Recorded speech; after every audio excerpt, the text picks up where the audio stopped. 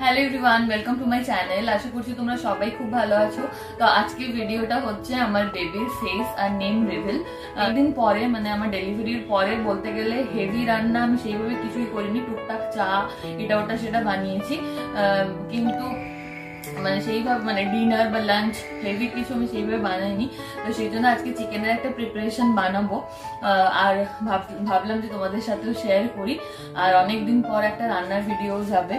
এই ব্লগটা যখন লাইভ হবে তখন আমার 1 মাস মতন হয়ে গেছে ডেলিভারি পরে। কারণ তোমরা অনেকেই বুঝতে পারছো না যে আমি সঙ্গে সঙ্গে কিভাবে এত কিছু করতে পারছি, কারণ আমার চ্যানেলটা তো সেইভাবে টিপিক্যাল ব্লগিং চ্যানেল নয়, তোমরা সবাই সেটা জানো, মুকব্যাং চ্যানেল। তো আমি এখন ব্লগ কন্টিনিউ করেছি আর সেই জন্য আমার চ্যানেলের নামটাও আমি চেঞ্জ করেছি, তোমরা সেটাও লক্ষ্য করেছো অনেকেই। তো আমি আস্তে আস্তে করে ব্লগ দেওয়ার চেষ্টা করছি, সেই জন্য তোমরা যদি সেইভাবে একদম মানে পরপর সবকিছু এক্সপেক্ট করো না। যেগুলো ইভেন্টফুল যে হবে সেগুলোই আমি তোমাদের সাথে শেয়ার করছি। তাই আমি মেনশন করে দিলাম যে আমার 1 মাস হয়ে গেছে ডেলিভারির পর, মোটামুটি নর্মাল লাইফেই চলে এসেছি। টুকটাক এখন সবকিছুই করতে পারছি আর ডাক্তারও আমাকে বলেছে যে নর্মাল খাওয়া দাওয়া করতে। আর 2 মাস পর থেকে আমি মানে লাইট এক্সারসাইজ বা ওয়াকিং এগুলো করতে পারবো। তো সেই জন্য ভাবলাম যে তোমাদের সাথে চলো আজকে একটা কুকিং শেয়ার করি আর লাস্টে আমার ছেলের নেম আর ফেস রিভিল তোমাদের সাথে শেয়ার করব, কারণ ওরও 1 মাস হয়ে গেছে। আর 1 মাসের আগে ফেস রিভিলটা মানে অনেকের ফ্যামিলিতেই এরকম রিচুয়ালস আছে যে ফেস রিভিল করে না, তো আমরাও সেটাই মানি। তো সেই জন্য 1 মাস পরেই তোমাদের সাথে আমার বেবির ফেস রিভিলটা শেয়ার করছি আর তার সাথে সাথে নামটাও। তো চলো ভিডিওটা দেখতে থাকো, আশা করি তোমাদের দেখতে ভালো লাগবে। তো ম্যারিনেট করা হচ্ছে এখানে চিকেনটা। তো প্রথমে এখানে দেওয়া হচ্ছে পেঁয়াজ, একটা পেঁয়াজ কোচানো দেওয়া হচ্ছে এখানে।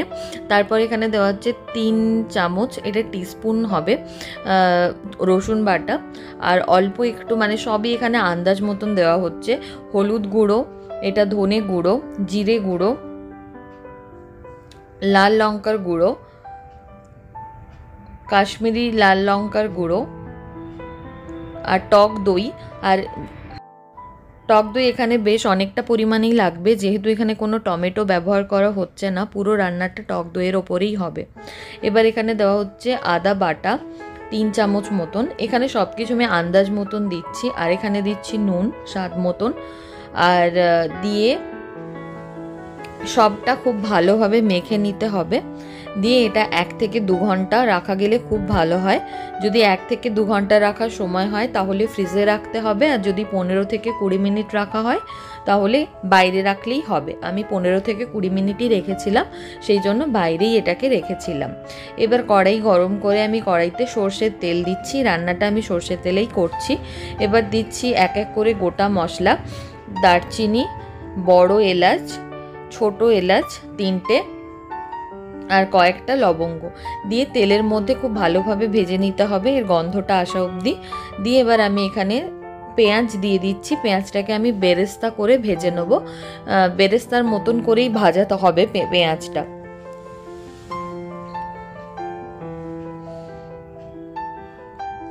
এটা ভাজা হচ্ছে, অন্যদিকে আমি এখানে একটা পেস্ট বানিয়ে নেব। সেটা হচ্ছে এখানে আমার কাছে রেডিমেড বেরেস্তা ছিল, এটা আমি অনলাইনে কিনেছিলাম। তো ওই বেরেস্তা এখানে আমি 3 চামচ নিয়ে নিচ্ছি। যদি তোমাদের কাছে না থাকে তাহলে তোমরা বেরেস্তা আলাদা করে ভেজে এই পেস্টটা বানাবে। তো তার মধ্যে দিলাম কয়েকটা কাজু, আমন্ড আর চালমগজ দিয়ে এটাকে অল্প করে একটু জল দিয়ে বেশ ভালোভাবে একটা থিক পেস্ট বানিয়ে নেব। দিয়ে এটাকে সাইডে রেখে দেবো। অন্যদিকে আমরা দেখব বেরেস্তাটা কতদূর, কারণ পেঁয়াজ কিন্তু খুব তাড়াতাড়ি কালার চলে আসে, সেই জন্য একটু লো ফ্লেম মিডিয়াম ফ্লেমের মাঝামাঝি ভেজে নিতে হবে। এরপর এখানে আদা রসুন বাটা দিয়ে দিচ্ছি। ম্যারিনেশনের সময় কিন্তু দেওয়া হয়েছিল, তাই পরিমাণটা একটু বুঝে দিতে হবে। আমি এখানে 1 চামচ করেই দিয়েছি। অল্প এখানে এবারে গুঁড়ো মশলা দিচ্ছি আদা রসুনের রস স্মেলটা চলে যাওয়ার পর। যেগুলো রুটিন মশলা হয়, হলুদ গুঁড়ো, জিরে গুঁড়ো, ধনে গুঁড়ো, লাল লঙ্কার গুঁড়ো, কাশ্মীরি লঙ্কার গুঁড়ো, এগুলো সবই দেওয়া হয়েছে। তার সাথে আমি অ্যাড করেছি এখানে মিট মশলা। তোমরা যে কোনো ব্র্যান্ডের নিতে পারো, আমার কাছে সানরাইজের ছিল আর সানরাইজের মানে টেস্টটা আমার বেশি ভালো লাগে, সেই জন্য আমি এটা দিয়েছি। আর একটু জল দিয়ে আমি ভালো করে মশলাটাকে কষিয়ে নিচ্ছি।